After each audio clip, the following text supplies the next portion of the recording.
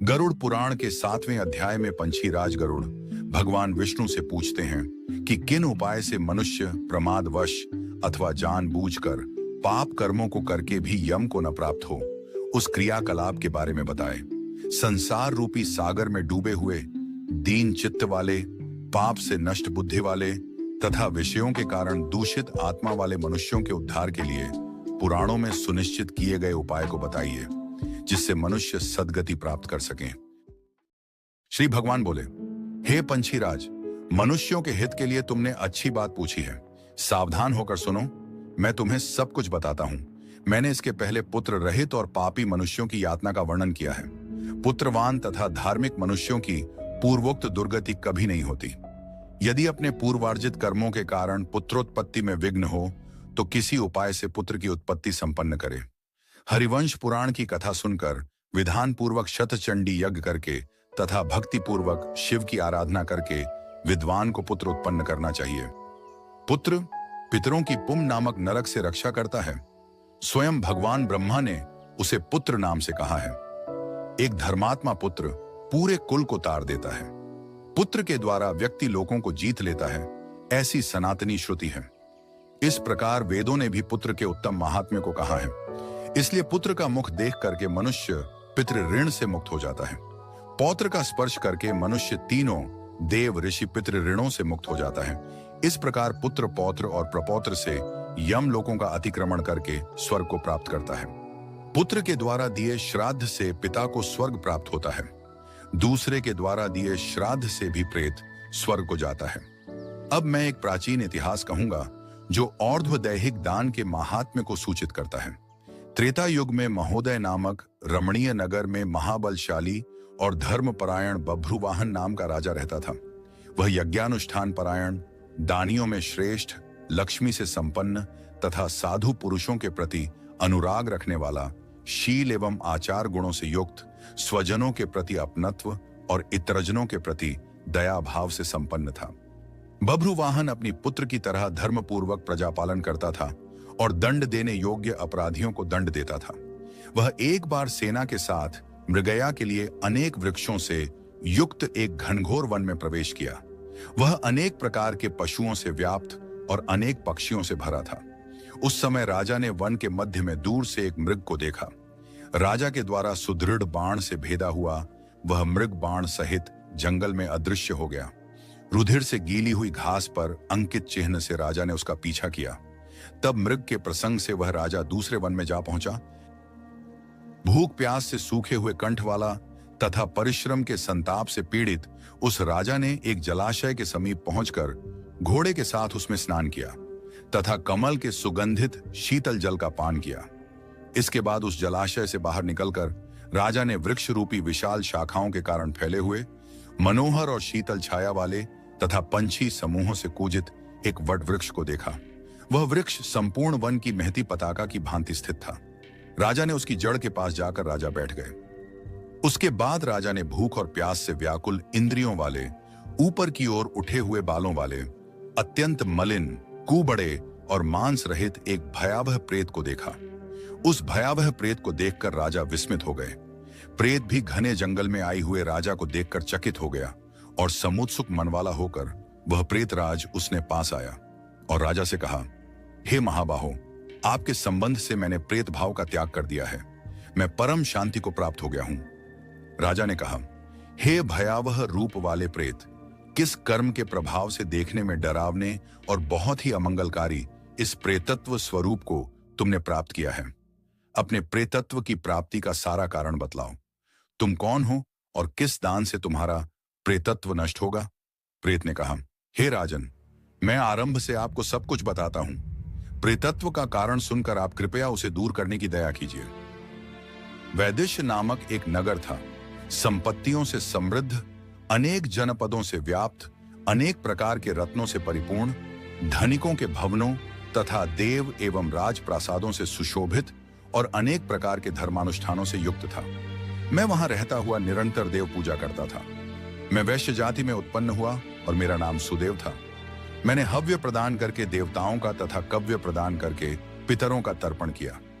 अनेक प्रकार के दानों से मैंने ब्राह्मणों को संतुष्ट किया था और अनेक बार दीन, अंधे एवं जरूरतमंद मनुष्यों को अन्न दिया था।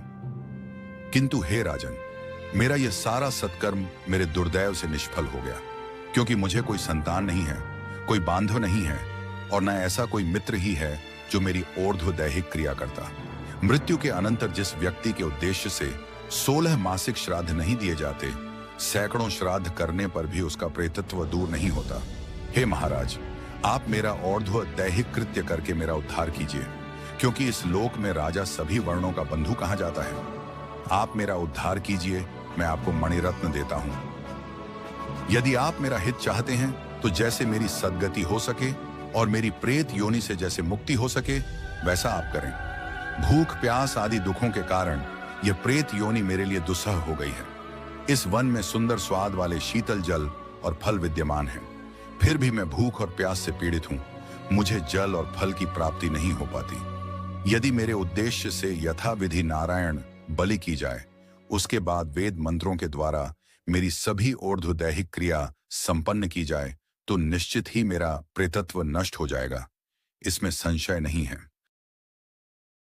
मैंने सुन रखा है कि वेद के मंत्र, तप, दान और सभी प्राणियों में दया, सत शास्त्रों का श्रवण, भगवान विष्णु की पूजा और सज्जनों की संगति, ये सब प्रेत योनि के विनाश के लिए होते हैं। इसलिए मैं आपसे प्रेतत्व को नष्ट करने वाली विष्णु पूजा को कहूंगा। हे राजन, न्यायोपार्जित 2 स्वर्ण भार का सोना लेकर उससे नारायण की एक प्रतिमा बनवाए, जिसे विविध पवित्र जलों से स्नान कराकर 2 पीले वस्त्रों से वेष्टित करके सभी अलंकारों से विभूषित कर अधिवासित करे। तदनंतर उसका पूजन करे। उस प्रतिमा के पूर्व भाग में श्रीधर, दक्षिण में मधुसूदन, पश्चिम में वामन और उत्तर में गदाधर, मध्य में पितामह ब्रह्मा तथा महादेव शिव की स्थापना करके गंध पुष्पादि द्रव्यों के द्वारा विधि विधान से पृथक पृथक पूजन करे। उसके बाद प्रदक्षिणा करके अग्नि में हवन करके देवताओं को तृप्त करके घृत, दधि तथा दूध से देवों को तृप्त करे। तदनंतर समाहित चित्त वाला यजमान स्नान करके नारायण के आगे विनीत आत्मा होकर विधि पूर्वक मन में संकल्पित ऊर्ध्व दैहिक क्रिया का आरंभ करे। इसके बाद क्रोध और लोभ से रहित होकर शास्त्र विधि से सभी श्राद्धों को करे तथा वृषोत्सर्ग करे। तदनंतर ब्राह्मणों को 13 पद दान करे, फिर शैया दान देकर प्रेत के लिए घट का दान करे। राजा ने कहा, हे प्रेत, किस विधान से प्रेत घट का निर्माण करना चाहिए और किस विधान से उसका दान करना चाहिए? सभी प्राणियों के ऊपर अनुकंपा करने के हेतु से प्रेतों को मुक्ति दिलाने वाले प्रेत घट दान के विषय में बताइए। प्रेत ने कहा, आपने ठीक पूछा है।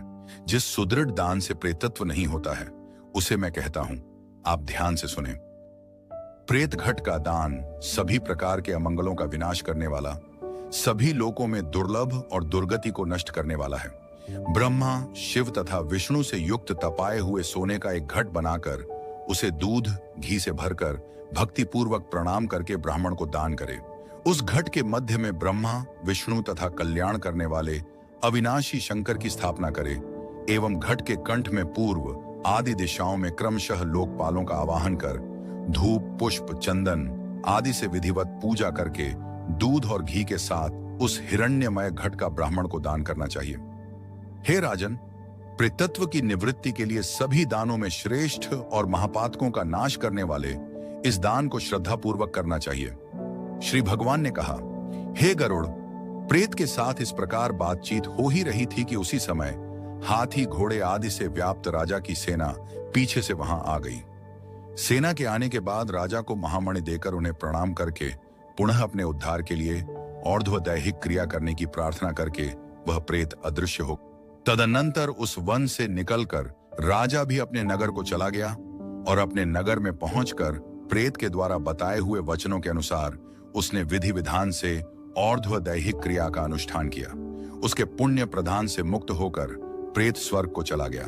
जब दूसरे के द्वारा दिए हुए श्राद्ध से प्रेत की सद्गति हो गई, तो फिर पुत्र के द्वारा प्रदत्त श्राद्ध से पिता की सद्गति हो जाए। इसमें क्या आश्चर्य! इस पुण्यप्रद इतिहास को जो सुनता सुनाता है, वे दोनों पापाचारों से युक्त होने पर भी प्रेतत्व को प्राप्त नहीं होते। इस प्रकार गरुड़ पुराण के भ्रुवाहन प्रेत संस्कार नामक 7वां अध्याय पूरा हुआ। आज की कहानी में बस इतना ही। चैनल को सब्सक्राइब नहीं किया है तो प्लीज चैनल को सब्सक्राइब कर लें। अगर कहानी पसंद आई हो तो एक लाइक जरूर करिएगा।